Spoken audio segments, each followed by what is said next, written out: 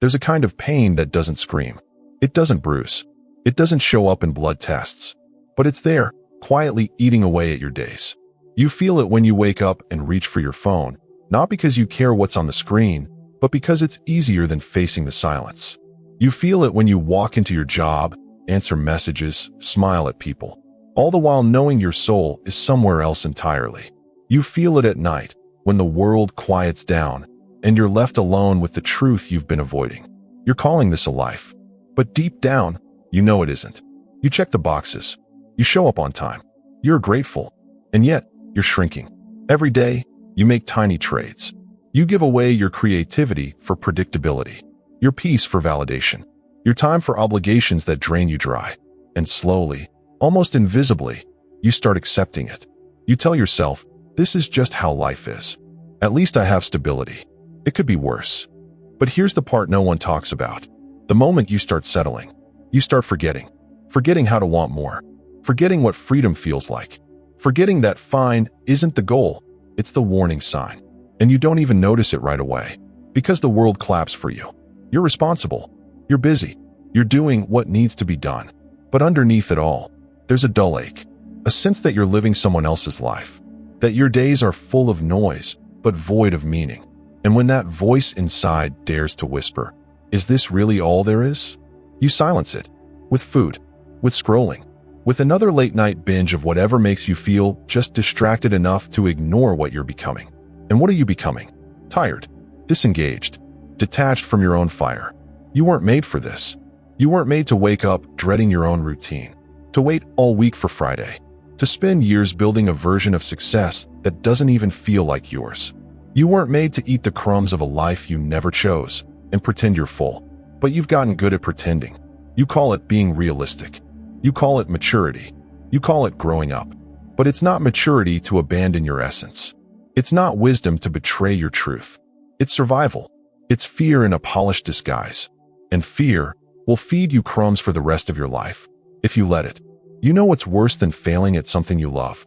Succeeding at something you never believed in. And that's what this is.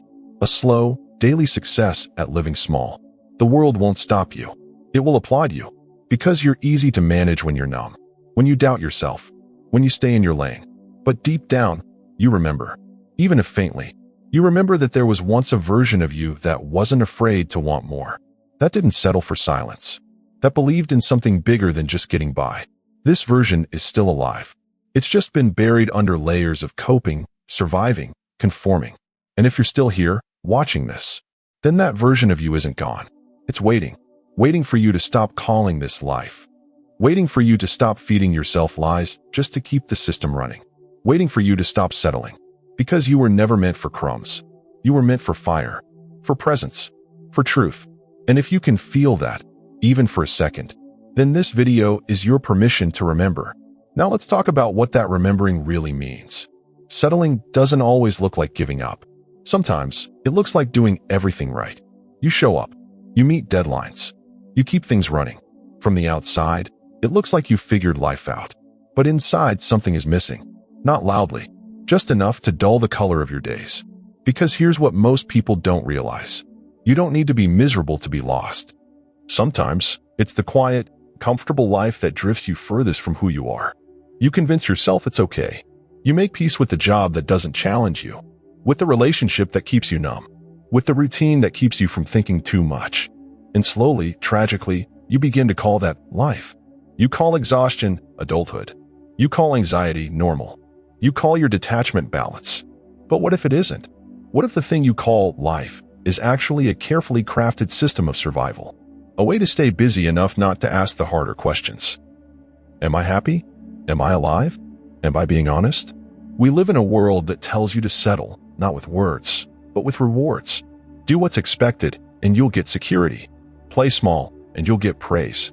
Stay silent, and you'll be left alone. So you learn to call a dimmed life responsibility.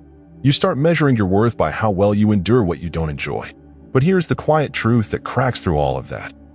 Just because you're functioning doesn't mean you're fulfilled.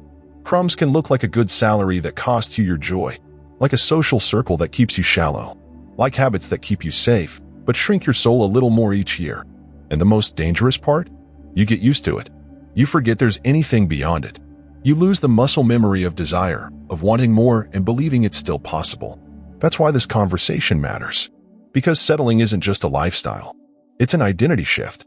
You stop asking. You stop dreaming. You stop moving in the direction of your soul. And one day, you look around and realize you're surrounded by things you chose for the wrong reasons. A job that impresses, but doesn't inspire. A routine that numbs, but doesn't nourish. A version of you that looks fine, but doesn't feel like home. This isn't just about ambition. It's about alignment. It's about asking, does the life I built reflect the person I truly am? Or just the person I became to survive? Because when you stop asking that, when you settle into the safety of Crumbs, you teach yourself to accept anything that doesn't hurt, even if it doesn't fulfill. But here's the shift. You are not here to tolerate your life. You are here to inhabit it. Fully, freely, fiercely. And that starts with being honest about the crumbs you've been calling a feast. That starts with the moment you stop saying, this is just how life is, and start asking, what would life look like if I remembered who I am? We're not here to chase perfection. We're here to reclaim truth. And truth doesn't always come with applause. Sometimes it comes with disruption, with endings, with discomfort, but it always brings you back to something real. So no, this isn't about becoming someone new. It's about stopping the lie you've been living. It's about waking up in a life you chose, not one you inherited from fear, culture, or convenience. Because the longer you stay in the life that isn't yours, the harder it is to find your way back, but not impossible. And that is where we go next. You don't drift into a meaningful life. You choose it, deliberately, patiently, repeatedly. No one wakes up one day and finds themselves aligned by accident. Because everything around you pushes you to forget, to numb, to settle. You are constantly being trained, not just by people, but by systems. To react instead of reflect. To consume instead of create. To follow instead of question. And the longer you live in reaction, the more your life begins to reflect what the world wants from you, not what you were born to give. The truth is, most people live outside in. They wait for circumstances to change so they can feel peace. They wait for recognition to feel worthy. They wait for others to validate the decisions they already know they need to make. But that's not how a powerful life is built. That's how a passive one is maintained. The shift begins when you stop asking, what should I do? And start asking, who am I becoming? Because your direction doesn't start with your schedule. It starts with your values. The ones you haven't been honoring. The ones you've been editing to fit expectations. The ones you've been pushing aside quietly, politely, professionally to stay in your lane. And at some point, your soul gets tired of being managed. A life worth living doesn't begin with external approval. It begins with internal authority. You begin to lead yourself. Not perfectly, but intentionally. You begin to filter your decisions through the person you're choosing to become. You begin to act, not from pressure, but from principle. It sounds simple, but it's radical. Because when you live from the inside out, you start saying no to things that once defined you. You let go of roles that gained you applause. You start scheduling space for things that don't produce, but restore. That's when your life starts to align. You say no, not because you're selfish, but because your mission is clear. You say yes, not out of fear, but out of conviction. You make room, not just for tasks, but for your voice. And yes, the world will question you. They won't understand why you walked away from the job, the relationship, the persona. But you'll know, because you'll feel integrity again. Integrity isn't about being perfect. It's about being whole. It's when your actions stop contradicting your values. When your days begin to reflect your beliefs. When your inner world stops screaming, this isn't me. You start giving yourself back to yourself. Not because everything is figured out, but because you stop lying about what matters. From that place, discipline doesn't feel like punishment. It feels like protection. You protect your time because your time reflects your purpose. You protect your mind because your thoughts shape your leadership. You protect your energy because you finally know where it belongs. Living this way is quiet, but powerful. You stop outsourcing your sense of success. You stop chasing validation in places that never see the real you. You stop settling for crumbs because you finally remember how the gold feels. Not gold as in wealth. Gold as in alignment. Gold as in clarity. Gold as in waking up and knowing your day is yours, not just your responsibilities, but your reason. You reclaim authorship. And from there, even your smallest actions begin to carry weight. Because they come from conviction, not compliance. From identity, not impression. This is the real shift. The moment you stop managing your life from the outside, and begin to lead it from the inside. And when that happens, you don't need to prove anything. You don't need to chase everything. You just need to stay true. And the more you do, the more your life stops looking like survival and starts feeling like purpose. So tell me, what part of your life is still being lived in reaction? What have you accepted that no longer aligns?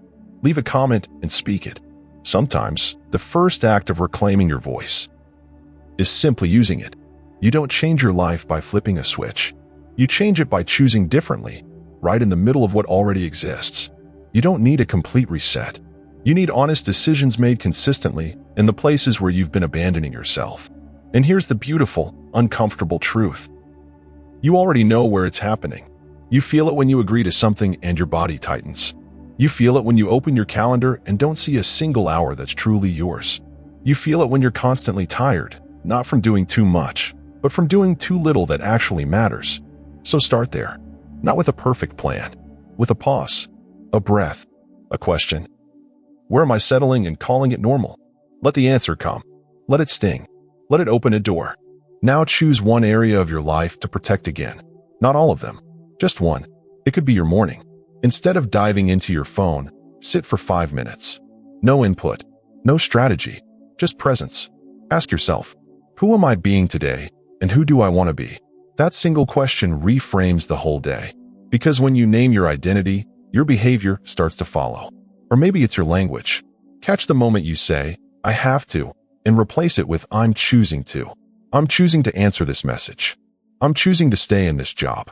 I'm choosing to avoid that conversation. It might sound small, but it reminds you, you are not a victim of your life. You are the one shaping it, whether consciously or not. And that shift changes everything. You can also anchor yourself with a daily sentence, something that brings you back to yourself when you forget. Try this. I am no longer available for anything that shrinks me. Write it down. Say it out loud. Look yourself in the mirror as you do. Then act accordingly. When the old habit shows up, the yes you don't mean, the scroll you don't need, the silence you've been using to avoid conflict, pause and ask, is this in alignment or just familiar? That's the difference between growth and repetition. Not how hard you work, but how honestly you choose. And here's one more. Reclaim 1 hour per week for full alignment. Call it your realignment hour. No screens, no noise, no performance. Use it to reflect, or write, or walk, or just sit in the presence of your own voice. That voice has been buried under everyone else's expectations. You need to hear it again, because without it, you'll keep living a life you tolerate and calling it success. If you're serious about stopping the cycle, set a gentle alarm that asks, once a day, are you honoring who you are right now? Let that question interrupt the noise. Let it become your compass. Let it bother you when you're off track. And when it does, don't try to fix everything. Just pivot, one small realignment at a time. Because you're not broken. You're just out of sync with your own truth. And the moment you choose to stop lying to yourself, your direction starts to change, even if your surroundings don't yet. You don't need to be radical. You need to be honest. You don't need to change your whole life overnight. You need to stop calling Crumbs a life and start choosing one that reflects your soul. Start with one truth, 1 hour, one no that means yes to yourself. That's how a life begins to turn. Pause, not to think, to feel. Let the noise fade for a moment. No more inputs, no answers, just you and the quiet underneath. There's something you've been avoiding, not because you're weak, but because you've been too busy surviving to notice what's missing. And now that it's quiet, it starts to show up. That faint feeling in your chest, that tension in your jaw, that exhaustion that sleep never seems to fix. It's not from doing too much. It's from doing too little of what matters. So let's ask gently, when did you stop telling yourself the truth? Not the truth others wanted to hear, not the one you post, but the kind that burns a little when it lands. Maybe it was the day you said, it's not that bad, when it was. Or when you told yourself you were just tired. But what you really were was disconnected. Disconnected from your voice, from your values, from your fire. Be honest now. Where are you still pretending? Where have you convinced yourself that crumbs are enough? Maybe it's the job, the one you tolerate because you're afraid to start over. Maybe it's the relationship, the one you stay in because being seen feels more terrifying than being lonely. Maybe it's the way you spend your days, rushing through moments that don't feed you, filling time instead of living inside it. You don't need to answer out loud. But let the truth rise. This is the moment you stop performing. The moment you face the mirror and whisper, "This isn't who I am anymore." Not as punishment, as liberation. Because you can't heal what you keep numbing. And you can't become who you are if you're still trying to protect the version that plays small. So sit in this discomfort, not to shame yourself, but to meet yourself. You've been waiting for this, for the space to ask, what do I actually want? What have I outgrown? What would my life look like if I told the truth every day? Not to others, to yourself. The real work doesn't start with hustle. It starts here. In this honest, silent inventory, where you stop blaming time or people or circumstances. And admit, I've been settling. I've been calling it normal. And I'm not willing to keep doing that anymore. That's what makes room for something new. That's what turns awareness into power. And if even one part of this spoke to a part of you that's been quiet for too long, leave a like as a way of saying, I hear myself now. You don't have to know what comes next. You just have to stop pretending this is enough. That alone changes everything. There comes a point when you stop trying to change your life from the outside in. You stop chasing better habits, stricter routines, louder affirmations. And you begin to ask the question that actually matters. Who am I becoming, and do I even recognize that person? Because the truth is, your identity is always leading the way. Not your to-do list, not your motivation, but the quiet narrative running in the background of your choices, the story you've agreed to about who you are and what you deserve. And if that story says, I'm someone who makes do, you'll always find yourself adjusting to less, even when more is within reach. If that story says, I don't rock the boat, you'll keep swallowing your truth in exchange for peace that doesn't feed you. But the moment you decide to write a new story, to stop performing a version of yourself that no longer aligns, everything begins to shift. Not because your world changes overnight, but because you stop abandoning yourself to maintain a version of life that no longer honors you. This is identity work. This is transformation. It doesn't shout. It doesn't show off. It simply begins with a choice. I am no longer available for what shrinks me. And from that one declaration, your days start to look different. You stop apologizing for taking up space. You stop saying yes when your whole body says no. You stop over-explaining your truth to people committed to misunderstanding it. Instead, you build your life around what reflects your values, not your wounds. You protect your mornings, not to be productive, but to be aligned. You move through your day not to perform worthiness, but to express identity. And maybe most of all, you forgive yourself for the years you didn't know how. Because you see now. You weren't weak. You were loyal. To survival. To expectations. To an image you thought would keep you safe. But now you're building something else. Something rooted in integrity, in clarity, in enoughness. That doesn't mean it's easy. It means it's true. And when your identity is grounded in truth, your habits become sustainable. Your boundaries become natural. Your voice becomes clear. You don't need to convince anyone. You simply live in a way that doesn't contradict your soul. That's what transformation looks like. Not louder, but deeper. Not more, but better. You shift from asking, what should I do? To who am I when no one's watching? You stop chasing discipline as punishment and start embracing it as devotion. Not to perfection, but to alignment. And slowly, the gap between who you are and how you live begins to close. Not because life got easier, but because you stopped negotiating your identity in exchange for crumbs. You remember, I am not what I tolerate. I am not what I produce. I am not who others expect me to be. I am who I choose to be. When I stop lying to myself, and that choice, it's available now. Not when you're healed. Not when things are more stable. Not when everyone else approves. Now, with what you have, with where you are, with who you've been, and who you're ready to become. You don't need more time. You need more truth. And once you choose to stop calling survival a life, you begin to build something sacred. Not perfect, not easy, but yours. A life that reflects your identity, not your fear. A path that feels real in your body, not just good on paper. Because you weren't born to settle. You weren't made to perform. You were meant to live in full integrity with your own soul. And every time you choose that in small, daily, invisible ways, you step into a version of yourself that doesn't just survive. You become someone who leads. There's a kind of silence that doesn't mean absence. It means presence. It's the quiet after a storm. The stillness when something deep inside you finally exhales. The moment when the noise of the world fades and your own voice becomes audible again. That's where you are now. Not at the end, but at the threshold. Because once you've seen what you were settling for, you can't unsee it. Once you've named what no longer fits, you can't slip back into it comfortably. The soul doesn't forget truth, even if the mind tries, even if the habits resist. You've tasted what it feels like to remember who you are, and that taste is enough to shift everything if you let it. You don't have to burn your life down. You don't have to announce anything. You simply have to begin again. From this place, from this clarity, from this softness that feels like power. Start walking through your days like someone who knows they matter, not to prove anything, but because the way you live teaches the world how to treat you. Start choosing from your center, not your fear. Let your boundaries become gentle walls of self-respect. Let your time reflect what you value, not just what you've agreed to. Let your energy return to you, not in a rush, but in quiet increments of self-loyalty. And when the old voices return, because they will, the ones that say, "This is too much. Who do you think you are?" Just be grateful for what you have. Look at them with love. They were survival tools once. They helped you fit in, stay safe, feel less alone. But they don't belong to the version of you that's waking up now. They don't fit this season of clarity. They don't lead you to a life that reflects your truth. You don't need to fight them. You just don't need to follow them anymore. Instead, follow the quiet, the resonance, the whisper that says, "This time, I will not abandon myself." Let that guide your decisions. Let that rewrite your days. There's a life waiting for you that doesn't require you to shrink. It doesn't demand perfection. It doesn't reward self-betrayal. It doesn't celebrate your exhaustion.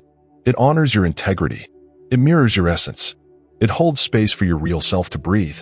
In that life, it starts with tiny rebellions. Like saying no without explanation. Like waking up and choosing yourself before checking the world. Like sitting in stillness instead of performing for approval. Like believing that being whole is more important than being liked. You are not here to survive a schedule. You are not here to meet expectations. You are not here to collect moments of fake peace in a life of quiet resentment. You are here to live wide open now, aware, aligned, awake, not in chaos, not in urgency, but in a kind of sacred steadiness that says, "I know who I am now, and I'm no longer willing to forget." Let this be your new rhythm, your new vow. And when the world tries to pull you back, not with violence, but with comfort and crumbs, smile, because you'll know. You've already chosen gold. You've already chosen truth. You've already chosen you. And that choice will keep choosing you back, as long as you stay honest enough to receive it. Now breathe, slowly.